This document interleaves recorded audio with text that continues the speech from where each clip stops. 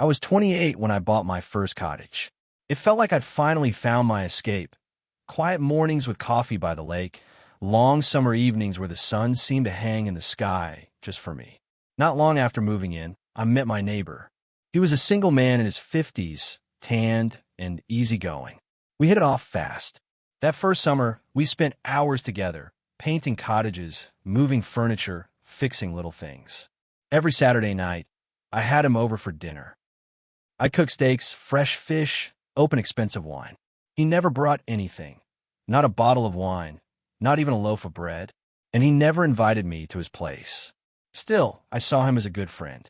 Before we go further, if you've ever had a friend you trusted for years only to find out later they weren't who you thought they were, hit like, comment, share this story, and subscribe for more true life tales. Drop your name and city in the comments for a chance at a shout out in my next video. Shout out to David in Rochester, New York. Your story about the neighbor who turned on you after 15 years still sticks with me. I thought I knew this man. I didn't.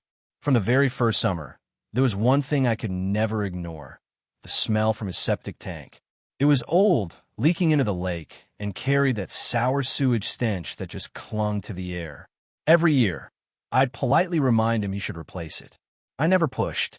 I never called the town, even though I had every right to. 24 summers passed that way. The same smell, the same polite reminders. I told myself, that's just part of being neighbors. Then, in the 24th year, he finally replaced the septic tank. I figured maybe things were turning a corner. But a few weeks later, I got a letter from the town, a formal complaint about my portable garage. That garage had been there for 8 years without anyone saying a word. It was solid, well-kept, and never caused an issue.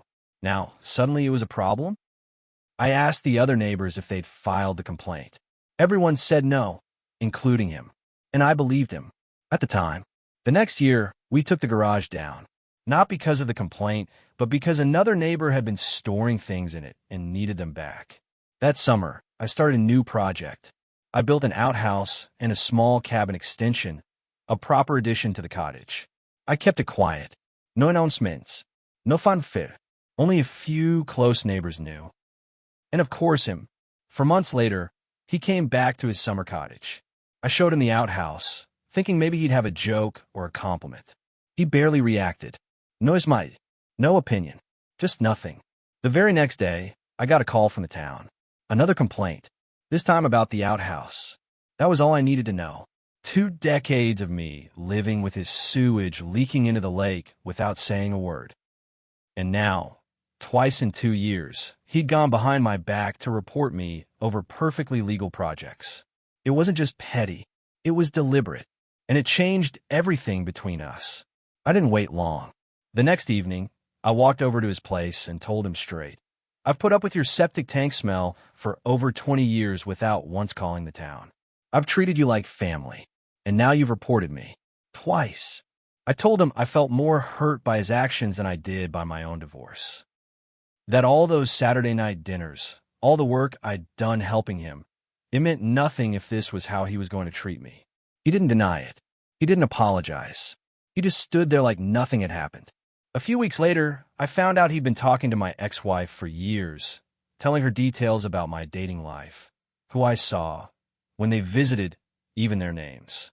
Every Saturday night at my table had been his chance to collect gossip.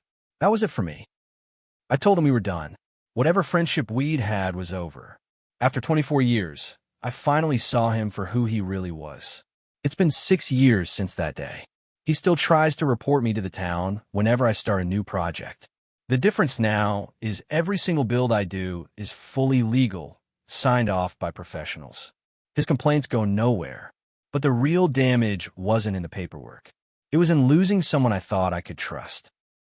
When you share meals, work side by side, and open your life to someone for decades, you expect loyalty.